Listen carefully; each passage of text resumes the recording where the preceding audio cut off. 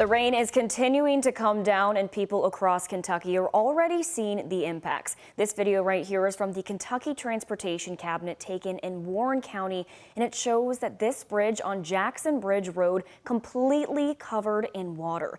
KYTC says they have crews working to put out barriers around flooded roads, but not every road has a barrier yet. They say even if a road is not barricaded, do not drive through floodwaters and be cautious going down roads. Transportation officials say there is a car stalled somewhere in this water, and the sheriff's office said earlier today they were called to assist a driver at the same location. And this is the scene over in Laurel County. Many roadways are underwater and several are now closed. Eastern Kentucky is still recovering from devastating floods from 2022. Governor Andy Beshear is warning it's not just flooding to worry about right now. Roads in western and eastern Kentucky are closed due to rock and landslides. Several homes in Perry County have also been evacuated.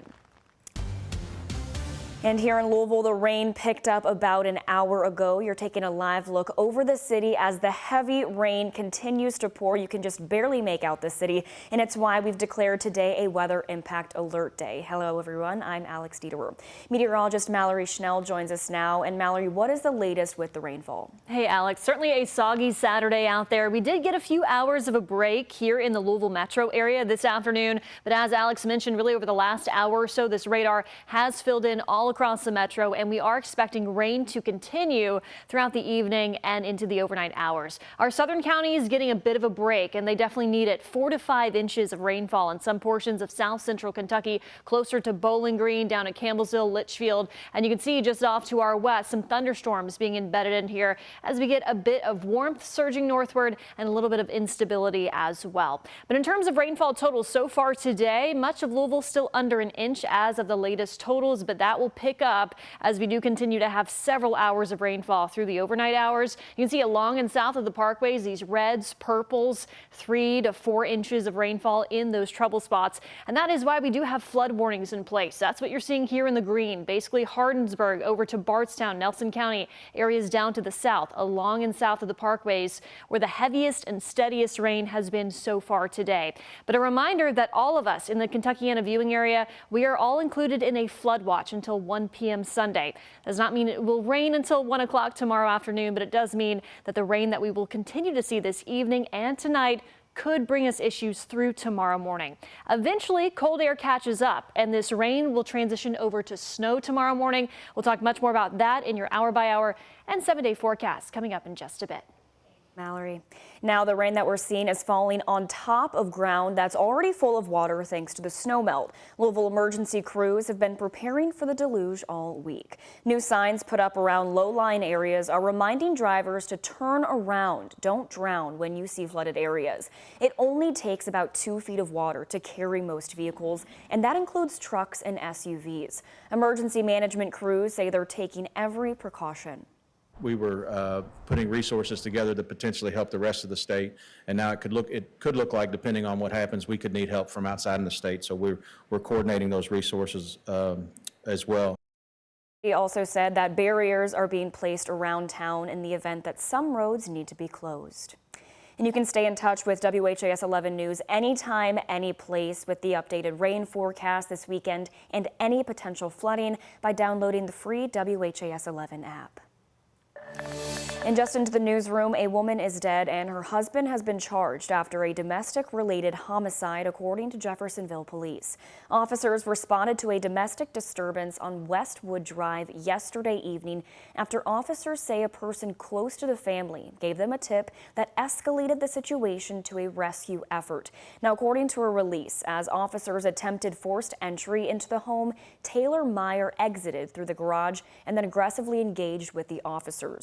Once inside the home, Jeffersonville police found Meyer's wife, Deborah Meyer, who had been killed. They also found 3 children who are now being cared for by the Department of Child Services.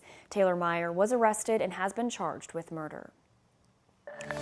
Also new tonight, JCPS families and community members were given the chance to tell the firm searching for the district's next superintendent what you want to see in the district's next leader. The heart of any school district is about the students. The forum was held at the Academy at Shawnee. Parents, teachers, students, community leaders all shared qualities they're looking for in the next superintendent. Hazard Young 80 Associates is the Illinois-based search firm that's recruiting the candidates. Some parents today expressed they were worried about Kentucky legislators breaking up the school district. Some want a superintendent hired from within the school district and for community voices to continue to be heard throughout the search process. This is part of education. If you have a child in public schools, it's not, I'm gonna send my baby to school and then they're coming back home and that's it. It's you being involved. It's you talking to teachers. It's getting to know the principals and the MHPs and the counselors. It's so much more. That is what true education is. Being involved, being in a community, being a family. The school district is planning to have a new superintendent start July 1st. And this week, city leaders approved a pricey contract to help them understand whether LMPD is acting out of bias. The $350,000 contract was approved between LMPD and Sigma Squared. The company tracks data on pedestrian and traffic stops and says it uses AI to identify potential bias. LMPD is hoping the contract will help them rebuild trust with the community. However, one Metro Council member argued the company is only telling police what they want to hear. This presentation is not about rooting out discrimination. This presentation explicitly is a sell on proving that there is not discrimination in our policing. It is highly prejudicial that this is a sole-sourced contract for $350,000 from our city, and again, with a predetermined sold outcome here in these slides. We need to tell the community that we are doing the right thing. I need that data to do that, and I need that data to train our officers better. Contract between LMPD and Sigma Squared will run through the end of the year. New tonight, working to revitalize the Shawnee neighborhood. Louisville's Office of Safe and Healthy Neighborhoods announced many grants to continue work in the Love Your Block program. This program was launched in November and provides money to help clean and reimagine neighborhood alleys. WHAS11's Clarice Shaley and photojournalist Aspen Hester spoke to the woman spearheading the organization on how they're transforming the first alley in the program.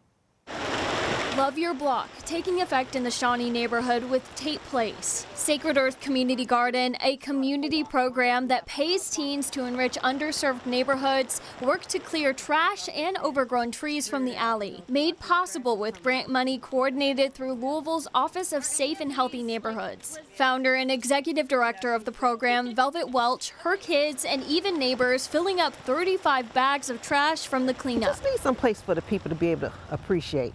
You know, even though we're in the midst of this food desert and this red line district, we can still enjoy it. You know, it's a beautiful community. I love this community. They cleaned the whole court and planted trees in this open lot, making it a gathering space for neighbors. But it's not finished, with more planned for when it starts warming up, adding benches and possibly a fountain or bird bath. Cleaning up and making this a place they can be proud of. This is just the beginning, as more grants are being made available to apply for to continue to beautify Shawnee's neighborhoods. In the Shawnee neighborhood, Clarice Shaley, WHAS 11 on your side.